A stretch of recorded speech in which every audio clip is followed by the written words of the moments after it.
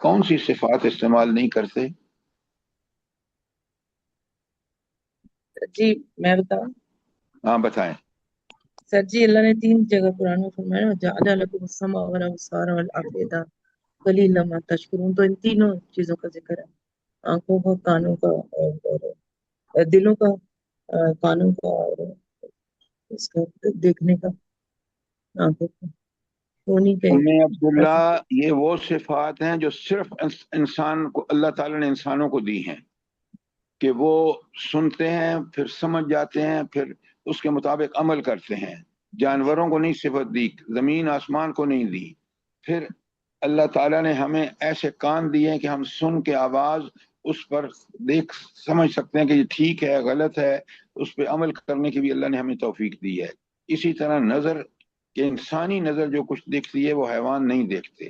اب سمجھ آئی بات آپ کو کہ اللہ تعالیٰ نے وہ جی صفات جو انسانوں کو دی ہیں ان کا استعمال نہیں کرتے۔ کس کے لیے؟ سب سے پہلے انسان کا فرض ہے کہ وہ اپنے خالق، مالک اور رازق کو پہچانے۔ یہ ان کا سب سے بڑا جرم ہے کہ اللہ نے جو صلاحیتیں دی ہیں ان کا استعمال نہیں کرتے۔ بات کو پوری طرح لوگوں کو بتائیں کہ اللہ نے ہمارے اندر یہ صفات اس لیے رکھی ہیں تاکہ ہم اس اللہ کو پہچانیں گے تو بہت سارے مسئلے حل ہو جائیں گے زندگی کے، کہ یہ کون بارشیں برساتا ہے، کون ہمیں رزق دیتا ہے، کون۔ تو یہ صرف ان صلاحیتوں کو ٹھیک ٹھیک استعمال کرنے کے بعد اللہ تعالیٰ ہمارا ذہن کھول دیتا ہے۔ اور اللہ تعالیٰ آگے چلتے ہیں پہلے۔ اچھا، اب اللہ تعالیٰ کیوں کہہ رہے ہیں کہ یہ ان جانوروں سے بھی بدتر ہے؟ کیوں اللہ فرما رہے ہیں؟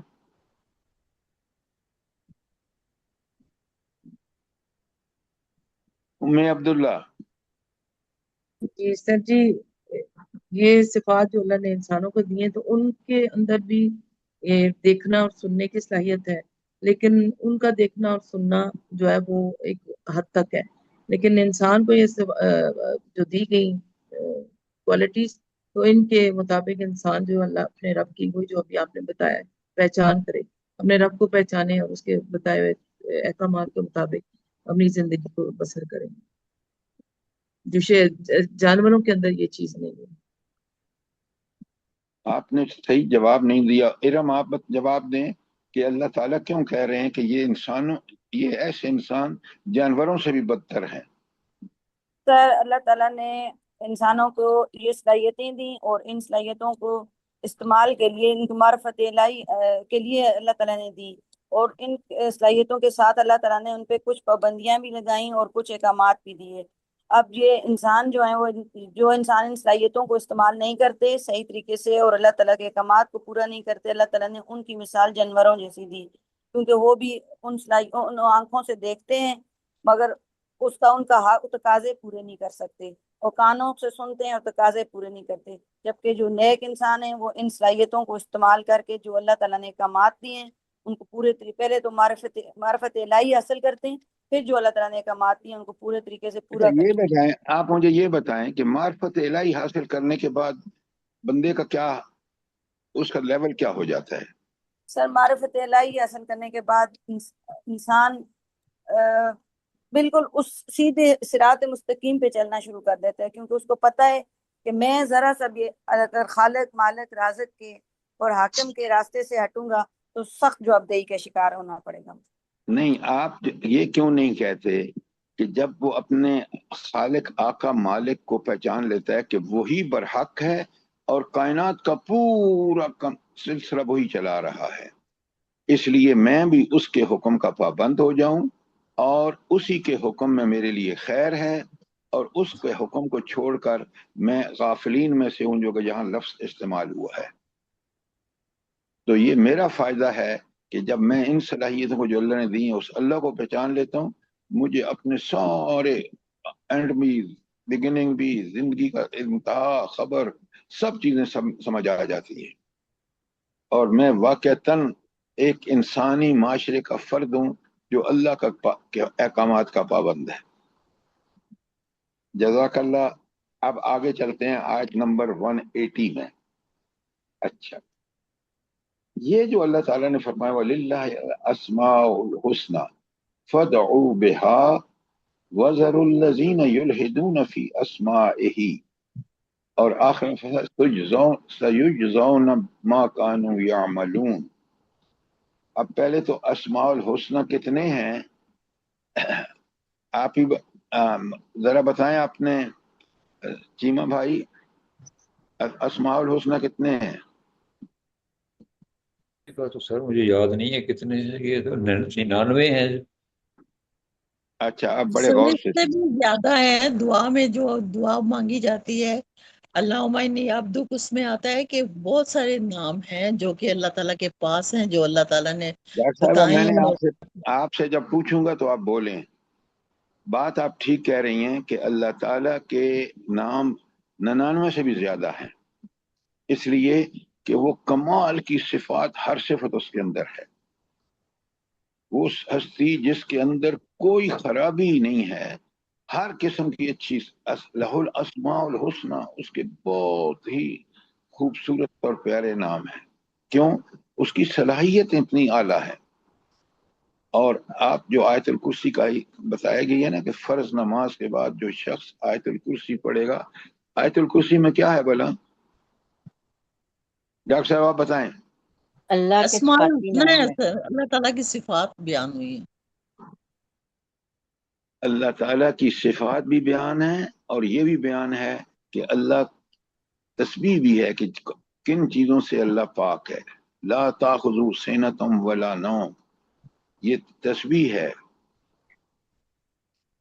لہذا اس لیے کہ اتنی پیاری آیت، اس کو قرآن کا تاج کہا گیا ہے، اس لیے کہ یہ اس اللہ کی صفات بیان کر رہی ہے، اس کی تسبیحات بیان کر رہی ہے جو پوری کائنات کو اور میرا بھی خالق، مالک، رازق، حاکم ہے۔ اس لیے اس کو سمجھیں، پڑھیں۔ اس پہ بہت اچھی کتاب ہے ان کی، اپنا ڈاکٹر فضل اللہ صاحب کی، وہ اگر آپ حاصل کر لیں تو بہت عمدہ انہوں نے طریقے سے ایکسپلین کیا ہے۔ اچھا، یہ اس کا کیا مطلب ہے کہ وَذَرُوا الَّذِينَ يُلْحِدُونَ فِي أَسْمَائِهِ، کون لوگ الحاد کرتے ہیں اللہ کے اسماء میں؟ مثال دیجئے ذرا۔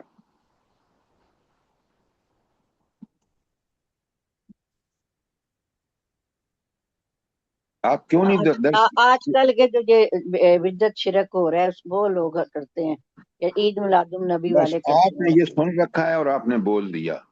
اور بھائی میں نے کل بتایا آپ کو کہ بعض نام اللہ تعالیٰ کے دو آتے ہیں۔ ایک مثلا میں نے کل آپ کو بتایا ہے کہ المعز، عزت دینے والا، المذل اور گمراہ کرنے والا۔ تو المذل کو ہم جو اس کا ورد کرے گا وہ الحاد ہے۔ اسی طرح میں نے آپ کو بتایا کہ الرافع والحافظ، بلندی کرنے والا بھی اور پستی دینے والا بھی۔ تو اب یہ جوڑے جوڑے جو نام ہیں، اس میں دوسرا نام اسم جو ہے وہ اللہ تعالیٰ کی وہ صفت بیان ہوئی ہے کہ جس کو اگر ہم اس کو اللہ کے سے دعا مانگیں اور اس کو کہیں تو یہ الحاد ہے۔ اب بات سمجھ آئی کہ نہیں آئی؟ جی سر۔ اچھا، آیت 181 میں کہا وَمِمَّنْ خَلَقْنَا أُمَّةً يَهْدُونَ بِالْحَقِّ وَبِهِ يَعْدِلُونَ۔ اچھا، اس کا مفہوم تو بیان کریں بھلا۔ وَمِمَّنْ خَلَقْنَا أُمَّةً يَهْدُونَ بِالْحَقِّ وَبِهِ يَعْدِلُونَ، جلدی بتائیں۔ سر انسان کو اللہ نے ہدایت پر، فطرت پر پیدا کیا، پر لیکن انسان ہے کہ وہ حد سے بڑھ کر آگے بڑھ کر حرکتیں کرتا ہے، جیسے کہ صفاتی ناموں میں بھی بڑھ جاتا ہے اور اپنی حرکتوں اور کرتوتوں میں بھی بڑھ جاتا ہے، جو کہ اللہ اور رسول کے خلاف ہوتی ہیں۔ اب جو باتیں آپ کہہ رہی ہیں نا، اگر آیت کو پڑھیں دوبارہ تو اللہ کہتے ہیں جو یعنی کہ ہر دور میں آپ بات بولیں، جب میں بول رہا ہوں تو سنیں پہلے بات کو۔ سر اللہ تعالیٰ فرما رہے ہیں کہ اور جو انسان ہم نے پیدا کیے ہیں ان میں کچھ لوگ وہ ہیں جو حق کی ہدایت کرتے ہیں اور حق کے ساتھ عدل کرتے ہیں۔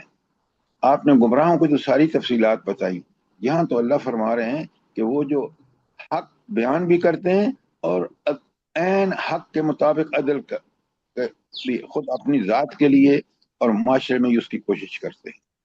آپ پہلے بات کو آیت کے ضمن میں بیان فرمائیں پھر اس کے بات کریں. تو یہ ہے. تو اب آپ اللہ تعالیٰ پھر نیچے کہہ رہے ہیں کہ اسی آیت میں لا تزال طائفة من امتی ظاہرین علی الحق، میری امت میں ایک گروہ ضرور حق پر قائم رہے گا. آج بھی آپ دیکھ لیں اللہ تعالیٰ نے جن لوگوں کو توفیق بخشی ہے اور جو واقعی حق کے متلاشی ہیں، وہ قرآن و سنت پر جڑے چل رہے ہیں.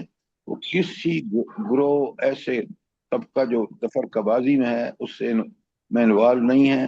وہ صرف اور صرف مسلمان ہیں. اور مسلمان کون ہے؟ جو قرآن و سنت پر یقین بھی رکھتا ہے اور اس کے مطابق عمل بھی کرتا ہے.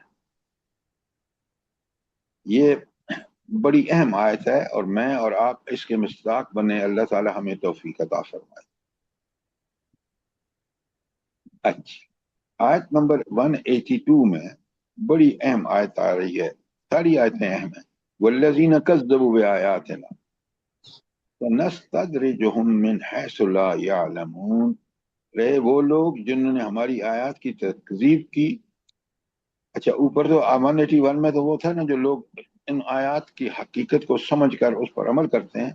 یہاں فرمایا جو اس کی تکذیب کرتے ہیں تو اللہ کہتے ہیں نستدرجهم من حیث لا یعلمون، اور تو ہم تکذیب کرنے والوں کو رفتہ رفتہ ایسے پکڑیں گے کہ ان کو پتہ بھی نہیں چلے گا. اب مجھے یہ ذرا اس کا مفہوم سمجھائیے. ہاں جی، خالد بھائی آ گئے ہیں نہیں آئے؟ جلدی بتائیں.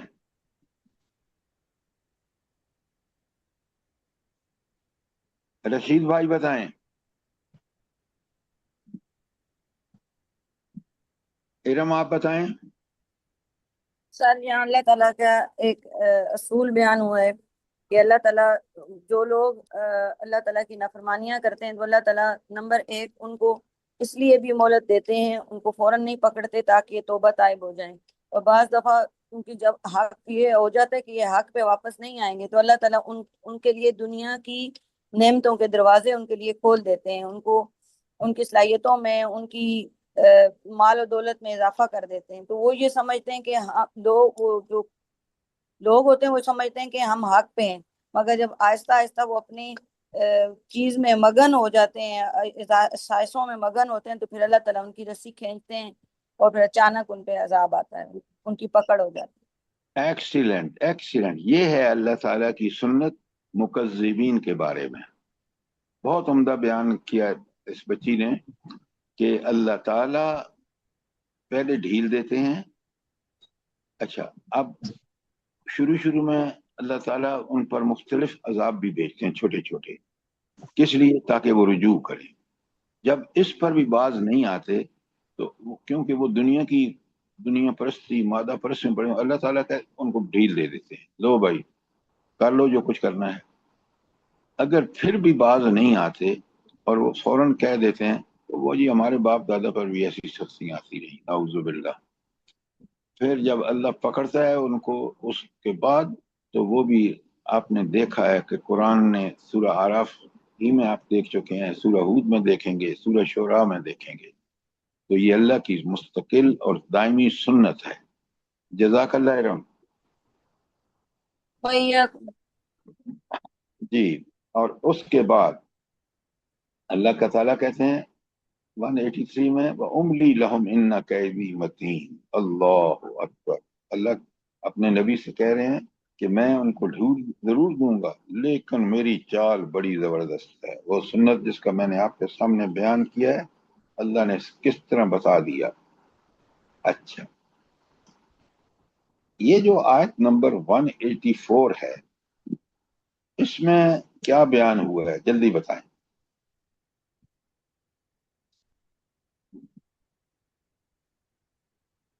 ڈاکٹر صاحبہ. سر اللہ تعالیٰ فرماتے ہیں کیا یہ غور و فکر نہیں کرتے کہ یہ جو نبی ان کے پاس آیا ہے یہ تو ان کو ڈرانے کے لیے آیا ہے کہ عذاب سے بچ جاؤ. اس کو کوئی وہ نہیں ہے جو اس کو یہ لوگ مختلف نام دیتے ہیں جنون ہے، یہ ہے وہ ہے، ایسی کوئی بات نہیں ہے، یہ تو تمہیں ڈرانے کے لیے آیا ہے کہ نہیں، تم آپ عذاب نے سے بچ جاؤ۔ انہوں نے میری بات سنی.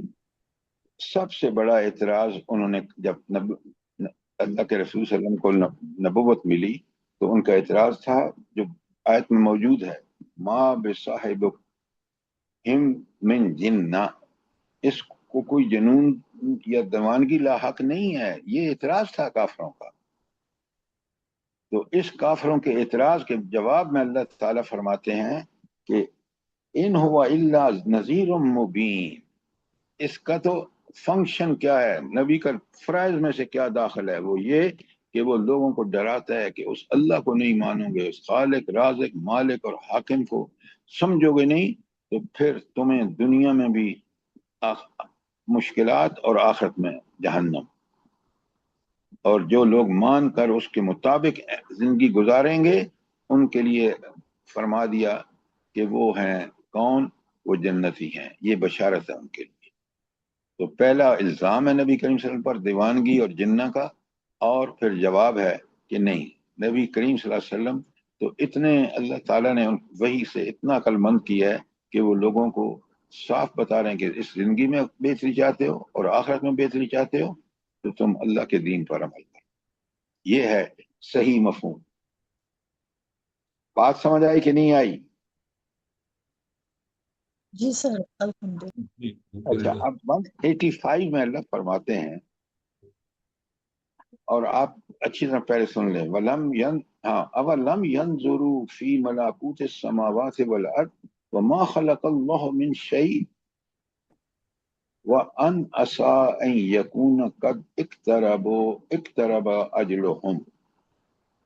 اب مجھے یہ بتائیں کہ 185 میں ابھی آپ نے سن چکے ہیں کہ اس میں ایک تو اعتراض تھا کافروں کا کہ یہ نعوذ باللہ نبی کریم صلی اللہ علیہ وسلم دیوانے ہیں، اور اس کا جواب اللہ نے دیا نہیں، یہ تو نذیر و مبین ہے.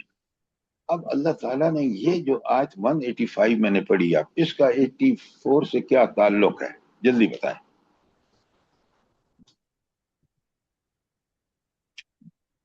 خالد بھائی جلدی بتائیں. چیما صاحب.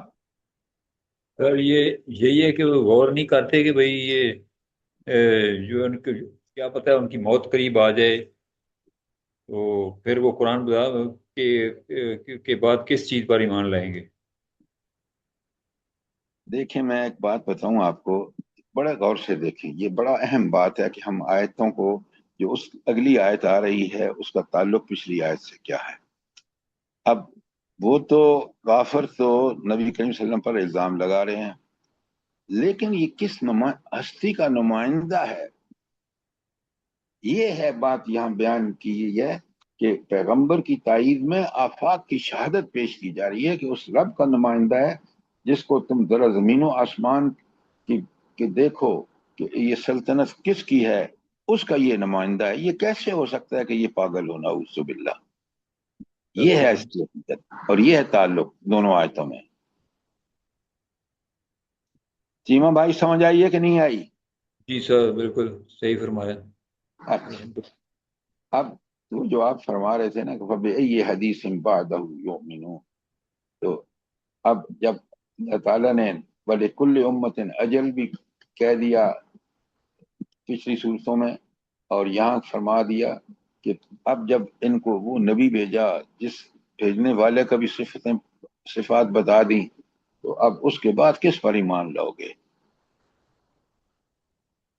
اچھا، آیت 186 میں فرمایا وَمَن يُضْلِلْ فَلَا هَادِيَ لَهُ. اچھا، آپ مجھے یہ بتائیں کہ اللہ کن کو ہدایت دیتا ہے اور کن کو گمراہ کرتا ہے. یہ پہلے ہمیں سمجھنا ہوگا قرآن ہی سے کہ اللہ کن لوگوں کو ہدایت دیتا ہے. سر میں بتاؤں. جی، جو ہدایت کے لیے بتائیں آپ. سر اللہ تعالیٰ کا ہدایت کا یہ اصول ہے، جو ہدایت کی طلب تڑپ اور جوہد کرتا ہے اللہ تعالیٰ اس کے لیے ہدایت کے راستے آسان کر دیتے ہیں، اور جو حق ثابت ہونے کے بعد بھی، حق عیاں ہونے کے بعد بھی اس سے منہ موڑ لیتا ہے تو اللہ تعالیٰ ایسے دلوں پر مہر لگا دیتا ہے.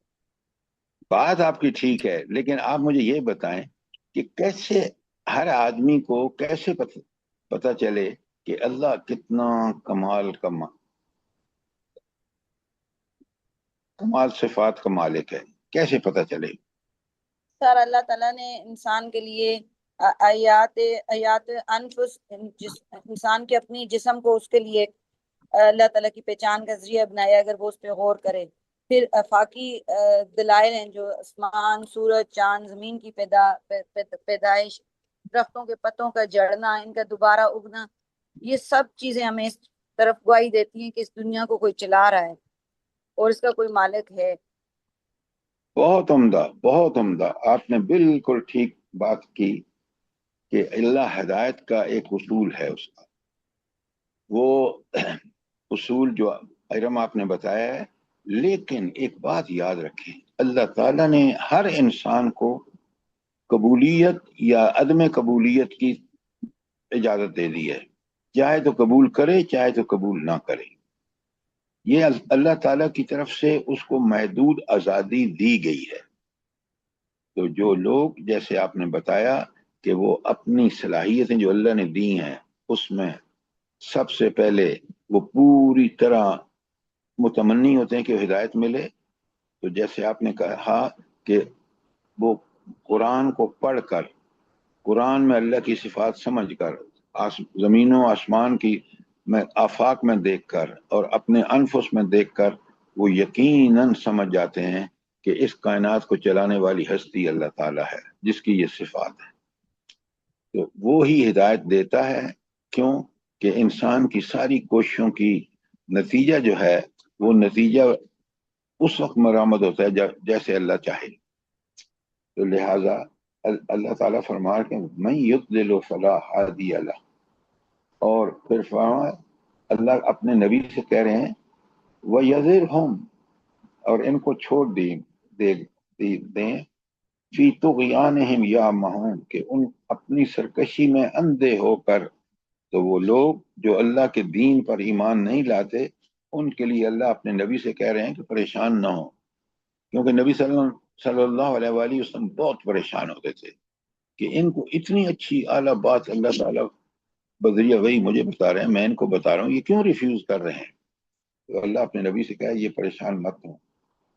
اچھا، اس کے دیکھیں کام تو یہ تھا نا کہ یوں ہی میں اس ہدایت کو قبول کرتا ہوں نا، مجھے بہت ساری چیزیں سمجھ آ، دنیا کیوں بنی، میرا کام کیا ہے، مجھے حق کہاں ملے گا. لیکن یہ بجائے اس کے کہ میں ان چیزوں کی طرف توجہ دوں، یہ بدبخت کیا کہتے ہیں، یسألونک عن الساعۃ ایان مرساہا قل انما علمها عند ربی. اچھا، یہ کافر اس کے بارے میں کیوں پوچھتے تھے کہ بھائی یہ قیامت کی گھڑی کب قائم ہوگی؟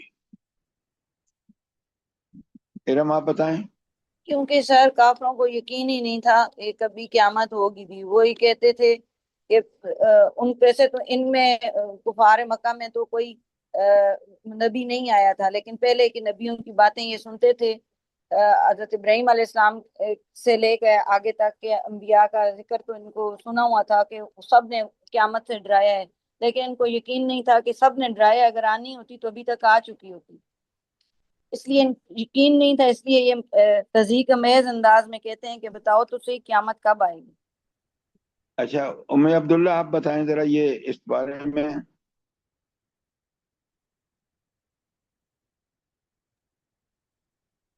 جی سوال پھر کیجیے گا. ہاں، سوال یہ ہے، یہ جو آیت 187 میں کہا یسألونک عن الساعۃ ایان مرساہا، یہ کافر سوال کیوں کرتے تھے نبی کریم صلی اللہ علیہ وسلم سے؟ جی وہ قیامت کو ناممکنات میں سے سمجھتے تھے، اور قرآن اور رسول صلی اللہ علیہ وسلم کی تکذیب کرتے ہوئے پوچھتے تھے کہ قیامت کب آئے گی، ایک مذاق کے طور پر تنزیہ وہ کہتے تھے کہ ہونا تو ہے نہیں ایسا کچھ، تو ذرا اس سے پوچھے. اور اچھا، آپ دونوں اور سب لوگ سنیں بڑے کلیئرلی. بات اصل میں یہ ہے کہ کیونکہ وہ ایمان نہیں لاتے وہ حجتیں کر رہے ہیں.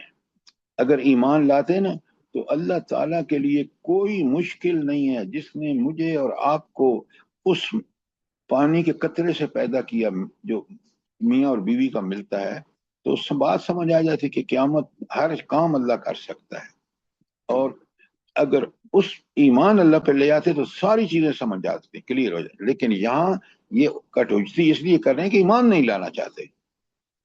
مسئلہ یہ نہیں ہے، مسئلہ ہے اصل ایمان کا. اگر ایمان لے آتے تو ساری چیزیں کلیئر ہو جاتی. کیوں؟ ہم اللہ کی قدرتوں کا بیان جو قرآن میں پڑھتے ہیں، جو آیات کائنات میں دیکھتے ہیں، جو آیات انفس میں دیکھتے ہیں، تو اللہ کے لیے تو کوئی چیز ناممکن ہے ہی نہیں. پھر آخر اس نے دنیا میں پیدا کر کے جو ساری نعمتیں دی ہیں، اگر قیامت نہیں ہوگی اور ہم سے ان کا سوال، تو پھر تو یہ سارا کھیل ہی ابس ہو گیا. اب بات سمجھ آئیے کہ نہیں آئی میں عبداللہ؟ جی جی سر جی. اچھا، اصل میں دیکھیں قرآن جو بات کہہ رہا ہے نا، اور میں اور آپ سمجھتے ہیں ثقلت فی السماوات والارض، یہ قیامت کی گھڑی اتنی سخت ہوگی کہ زمین و آسمان میں اس سے مشکل کام کوئی نہیں ہوگا. آپ دیکھیں کہ جب پہاڑ چلائے جائیں گے، آتا ہے نا قرآن میں قیامت کے دن، اس وقت انسان کو سمجھ بھی نہیں آئے گا کہ یہ اتنا بڑا پہاڑ کیسے چل رہا ہے. اور لگا مجھے میرے اوپر آ رہا ہے، جب اب مارگڑا چلے گا تو میں کیا سمجھوں گا. تو دیکھیں کتنی قیامت کی گھڑی کتنی سخت ہو گئی. آپ نے عبداللہ وہ کتاب پڑھی ہے جو آپ نے وہ ہلاکتوں کا بیان ہے؟ جی سر جی پڑھ رہی ہوں، ساتھ ساتھ پڑھا بھی رہی ہوں. آپ نے دیکھا ہے کتنی سخت دن ہوگا وہ؟ بے شک سر، بے شک، بہت سر. اور خود اللہ قرآن تعالیٰ بتاتا پناہ. ہے، دیکھیں نا یہ آیت قرآن کی ہے کہ وہ زمین و آسمان میں سب سے بھاری دن ہو. اللہ اکبر. اور اللہ کہتے ہیں لا یاتیہم الا بغتہ، کہ اچانک آئے گی. اور یہ بدبخت نبی کریم صلی اللہ علیہ وسلم کا کام کیا ہے بھلا؟ نبی صلی اللہ علیہ وسلم کا مین ڈیوٹی کیا ہے؟ جلدی بتائیں. بلاغ المبین، کھلم کھلا پہنچا دینا. نذیر و بشیر، پہنچانے کا تو وہ حق ادا کر رہے ہیں، لیکن نذیر اور بشیر ہے. اچھا، وہ یہ سمجھتے ہیں کہ نبی تو اس کے پیچھے لگا ہوا ہے کہ قیامت کب نظر آئے گی. یہ آیا نا کہ یسألونک کأنک حفی عنہا، کہ گویا آپ تو اسی کی کھوج میں لگے ہوئے ہیں. بالکل نہیں، نبی تو وہ اصل کام بتا رہا ہے کہ جو کہ تم اللہ کی ہدایت کو قبول کر کے بشارتوں کے مستحق ہو سکتے ہو، انکار کر کے تمہیں اللہ وہ وارننگ دے رہا ہے. اچھا، آیت 188. اب مجھے آپ یہ بتائیں، قل لا املک لنفسی نفعا ولا ضرا الا ما شاء اللہ ولو كنت عالم الغیب لاستکثرت من الخیر وما مسنی السوء. اور پھر آگے فرمایا ان انا الا بشیر و نذیر لقوم یؤمنون. جی نذیر و بشیر. اچھا، اب مجھے ایک بات بتائیں، اس آیت میں کیا چیز بتائی گئی ہے بڑے اختصار سے؟ نفع اور نقصان کا مالک اللہ تعالیٰ. جی، نفع اور نقصان کا مالک اللہ تعالیٰ ہے. اللہ تعالیٰ جسے چاہتا ہے نفع اور نقصان. سر اس آیت میں بتایا گیا ہے کہ نبی پاک صلی اللہ علیہ وآلہ وسلم غیب کا علم نہیں جانتے. وہ اگر جانتے وہ نہیں جانتے نہ تو وہ اپنے بارے میں کسی نفع کا اختیار رکھتے ہیں، اور نہ ہی وہ اپنے اس چیز کا اختیار رکھتے ہیں کہ وہ اپنے آپ کو کسی نقصان سے بچائیں. اس لیے کہ غیب کا علم صرف اور صرف اللہ تعالیٰ کی ذات کے پاس ہے. اصل میں ذرا آپ اگر غور سے دیکھیں نا تو یہاں اس آیت میں بات آپ کی ٹھیک ہے، اصل میں بتایا گیا کہ نبی کیا ہے اور نبی کیا نہیں ہے. نہ علم غیب جانتا ہے، نہ اپنے نفع نقصان کا بھی مالک نہیں ہے. کیوں؟ یہ ساری کس کے ہاتھ میں نفع نقصان دینا اور انسان کو خیر پہنچانا کس کے ذمہ ہے؟ اللہ کے ذمہ ہے. یہ اللہ کا حق ہے. تو یہ نبی میں نہیں ہے. اور نبی میں ہے کیا؟ وہ نذیر اور مبین ہے، بشیر، ساری نذیر اور بشیر ہے. آپ بات سمجھ آئیے کہ نہیں؟ الحمدللہ.